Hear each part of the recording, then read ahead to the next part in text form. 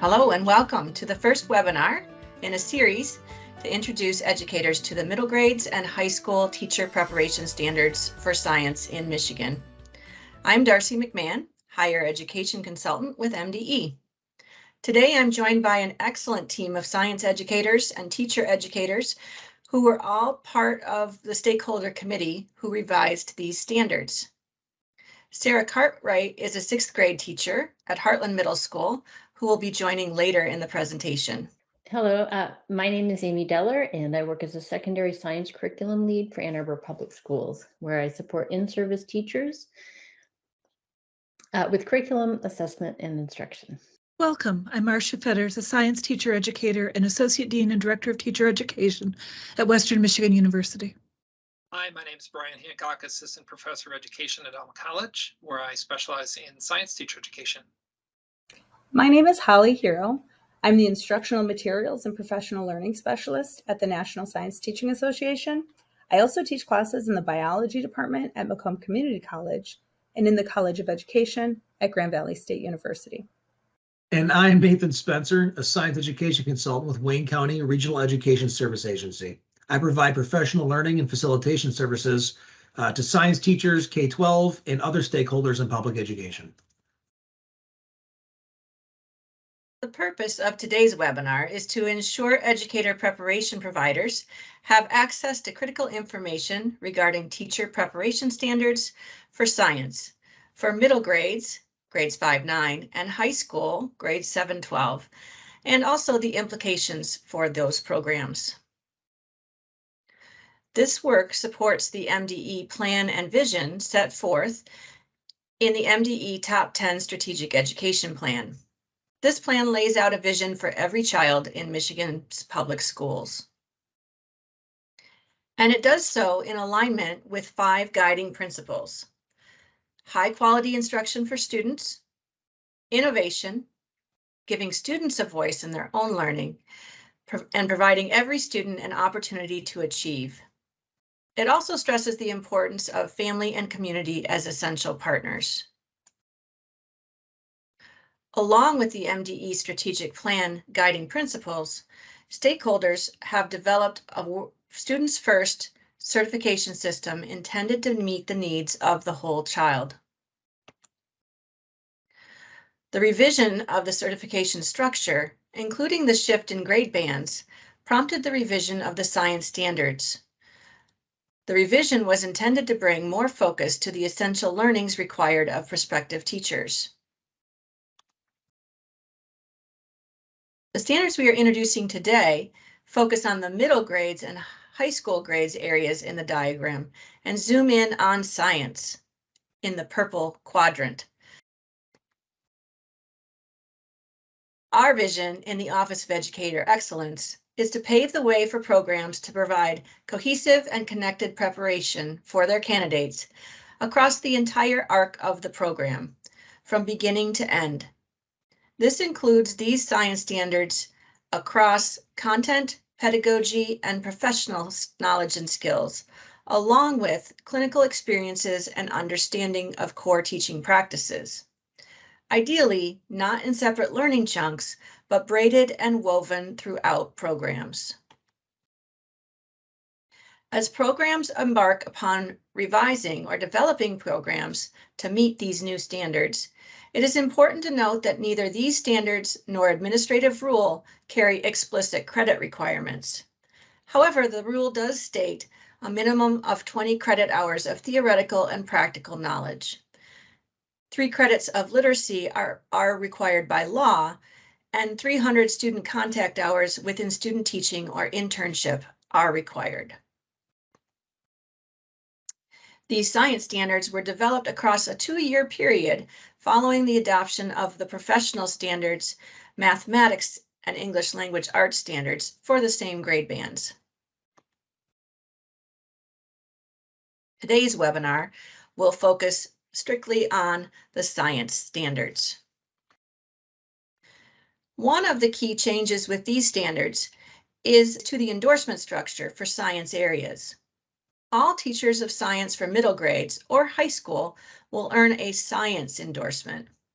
This science endorsement will fully prepare a teacher to teach all the content covered in the Michigan K-12 science standards at the appropriate grades in a three-dimensional fashion.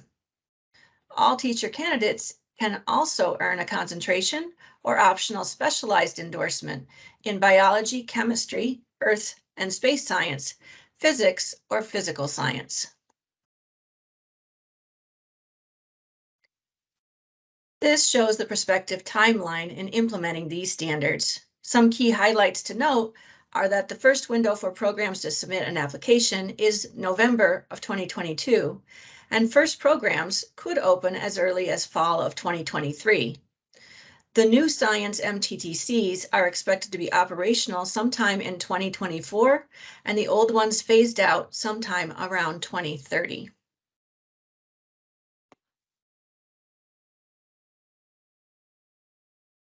So let's now consider the rationale behind the revision and development of these standards. In the development of these standards, the committee recognized that science teachers in the field are working diligently to shift instructional practices in order to meet the vision for K-12 science education. The committee saw necessary changes in current standards for pre-service science teachers in order to ensure that early career teachers come into the field well prepared to implement these shifts from a traditional stance of telling the students the science ideas and allowing them to confirm these ideas through scripted laboratories into a space where the students are doing the heavy lifting of figuring out how and why phenomena are occurring or how to solve real world problems. These pedagogical moves and stances are not new, but they are now part of the fabric of a teacher and student's educational experience from kindergarten through high school. This has been challenging work for veteran K-12 science educators. And it's not just this committee who sees a need for revision in our teacher prep standards. A majority of both novice and veteran educators report that they do not perceive themselves to be prepared for some of the most important shifts named in the framework for K-12 science education. As you see in the screen, this survey of teacher perceptions comes from the National Survey of Science and Mathematics Education in 2018, and the full report is linked in the resources that accompany the posting of this webinar video.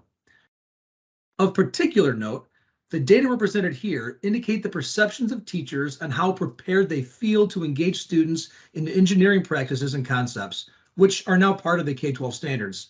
It also shows their perceptions of the preparedness to engage students in pedagogical practices necessary to meet the expectations. What we know from the field is that teachers, both novice and veteran, are struggling to implement these practices in their classrooms with students. And even more specifically, we see here that teachers feel ill prepared to do the important work of finding out what students know about a topic before they begin instruction and anticipating what students will find out about a particular subject. Both important instructional moves that we can intentionally support. As before, this data represents strong rationale for changing our science teacher prep standards. And lastly, and perhaps even most surprising and relevant to the shift to engaging students in science practices, is this evidence that shows that most novice teachers in both middle school and high school do not feel prepared to develop students' ability to do science, particularly not as described in our current science performance expectations. Not highlighted, but also important, is the perception of readiness to support all students in accessing science through differentiation. Again, for anyone who would like to dive deeper into this data, the report is linked in the webinar script posted along with the webinar slides in the notes section below. It may be important to share some details about the development process used. There was broad geographical representation of the stakeholder team, as demonstrated here, as well as broad representation of the roles and perspectives on the team.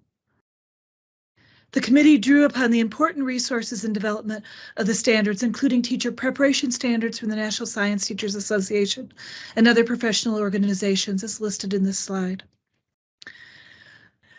We wanted to maintain continuity with teacher prep standards that had recently already been developed for 312 science. Some of the highlights from those standards that are important to connect with were a focus on the deep understanding of key content needed for teaching Michigan science standards and NGSS at grade bands.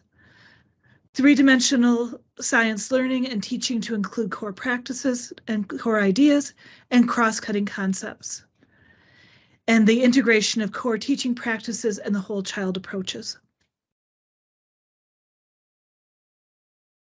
Performance expectations mean that teachers will need to demonstrate their understanding, skills, and dispositions within assessments. Integration of content and pedagogy so teacher candidates can best experience science sense-making in their classrooms. Helping candidates engage in sense-making through dialogue and science and engineering practices and cross-cutting concepts helps ensure their conceptual understanding. Teaching science through sense-making and with phenomena at the center helps ensure that all learners have access to the content problems that can bring their own experiences and resources into play to solve and build understanding. There is also a key focus on the need for teacher candidates to understand their students' backgrounds and assets, and building strong relationships in order to engage in sense-making in science classrooms. In sharing the new teacher prep standards, we're highlighting key shifts. First, the teacher prep standards are practice-based. These standards are performance objectives. We know how critical teacher practice is. Second, equity and whole child approaches are intentionally woven into this set of standards with an asset-based approach in order to ensure that all students have a rightful place in learning science together. Additionally, these prep standards are three-faceted. The three facets are absolutely critical aspects of science teaching that well-prepared beginners need to master. We'll elaborate in the coming slides on these facets and how they work together. Finally, the content knowledge for teacher prep has been targeted to align with the content understanding needed for the K-12 science standards at the respective grade bands. The key shifts led to these outcomes. Instruction will be best served by puzzling through science teaching scenarios in which all three facets need to be applied. These standards are in complete alignment with and tightly focused on the Michigan science standards for the grade bands, including all three dimensions. As can be readily seen in the science teaching practices and the guiding principles, understanding students must be at the heart of science teaching. Part of the way candidates will work to understand their students is through reflecting on student work and their own practice with students. Finally, these standards are truly performance objectives and are best assessed through evaluating candidate performances.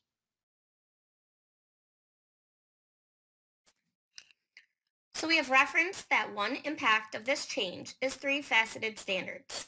Let's elaborate on the three facets that we have included in the revised secondary teacher.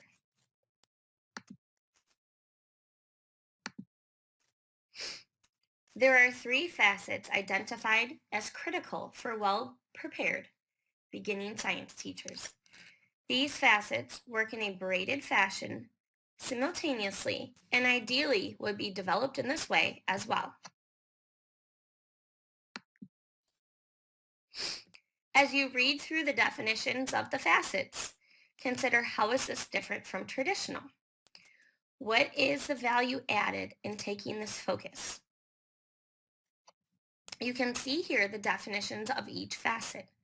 The science teaching practices are the what teachers do to teach science. The core knowledge facet is carefully aligned with the NGSS and MSS disciplinary core ideas, but with a deeper understanding of the particular content. It also includes pedagogical knowledge and understanding of students. Finally, the guiding principles are the how teachers are, or their way of being. They are intended to be a guiding framework for the thousands of decisions teachers will make in classrooms and with others.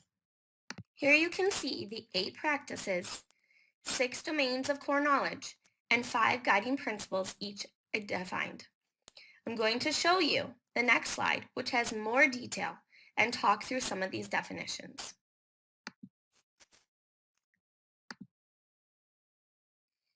If we look deeper into the language found in each of these facets, you can see that each facet describes essential classroom practices, core knowledge for learning science, and fundamental principles needed for classrooms to be effective spaces in which students can engage deeply in learning science.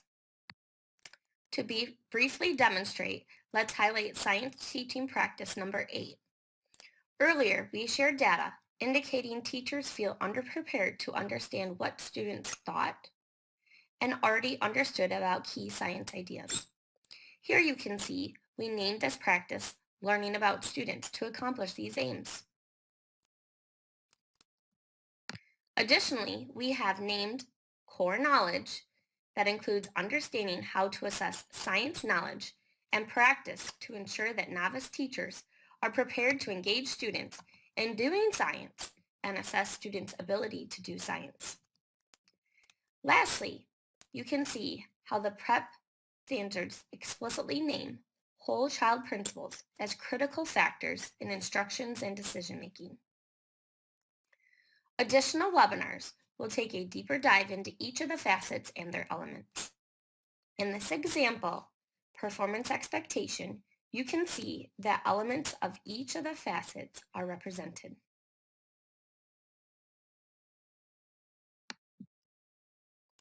Here we have highlighted that the standard contains language from each of the 3 facets.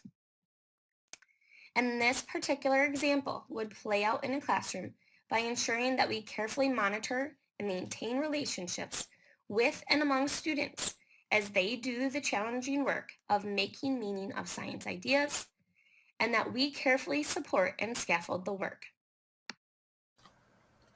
To understand and elaborate a little on Facet 2 core knowledge, you'll find in the standards document that for all science teacher candidates, the elements of core knowledge are the same. However, when it comes to the optional specialization endorsements, there has been precise content added in Domain 6 to distinguish these specializations. As you can see here, there are specialization options for both middle grades and high school. The actual specializations vary at levels only in that middle school has a specialization for physical science, and at high school that is specified as both chemistry and physics specializations. The specializations at middle grades have been developed to situate a teacher with a middle school endorsement with the specialization to feel very comfortable teaching high school standards at the grade 9 level. The specializations at high school endorsement have been developed to situate a high school teacher to be suited for teaching advanced courses, often taught in grades 11 and 12, such as AP or IB courses. So as a result of hearing about these 3 faceted standards, I'm sure that you're imagining already that there will be significant impacts that come about as a result of these changes. 2 broad areas of impact we think we would just want to highlight before we wrap up today to just lift them for us. First, the impacts that will come about as a result of the endorsement shifts. As a result of the endorsement shifts, this means we'll have programs for both middle grade science teachers and high school science teachers versus the approach where we had disciplinary specific teachers. This means that our teachers are going to need a broader set of knowledge, and we'll need to shift our preparation to support a very tight focus on their understanding of content that candidates will need to teach the students as named in the Michigan Science Standards and the Next Generation Science Standards. You might wonder, well, how do we decide which are those, or how have they decided which are the most important types of knowledge to have in those sets of standards, and which are the most important sets of knowledge to make sure candidates come out prepared with? And we'd like to sort of describe that as the knowledge that they need to explain everyday phenomena in students' worlds. That's the knowledge that our teachers need the core ideas to be able to explain. So not only does that mean that we have to think a little bit about the knowledge that our candidates are prepared with and the science content knowledge that our candidates are prepared with, there may need to be a greater collaboration across departments and colleges that are providing the courses for preparation in order to be creative about how to accomplish that knowledge. We also are hoping that a major impact of this endorsement shift will be continuity and preparation for our science teaching candidates, so that we can ensure that all candidates are ready and able to address the DCIs, the cross-cutting concepts, and the science and engineering practices, as well as a clear understanding and able to convey the nature of science.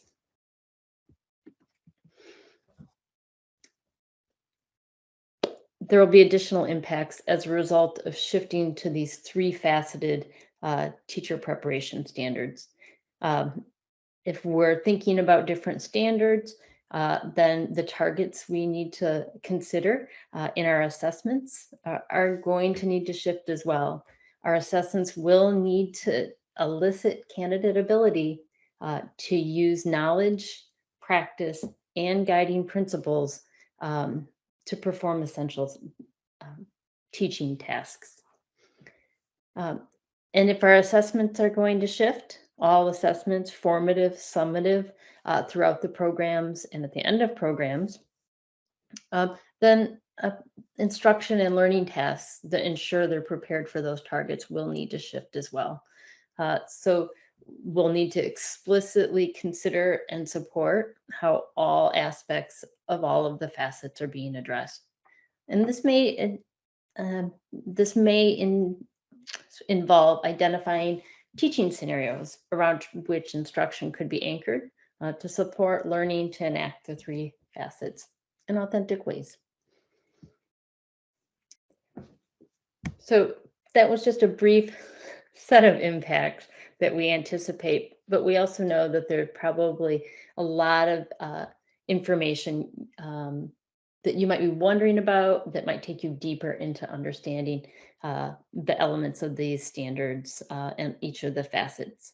So we are planning a webinar series, additional webinars in this series beyond this introduction. Webinar 2, you can anticipate will help with unpacking the standards and resources that might support development of programs. Webinar 3 will focus on content areas and specializations.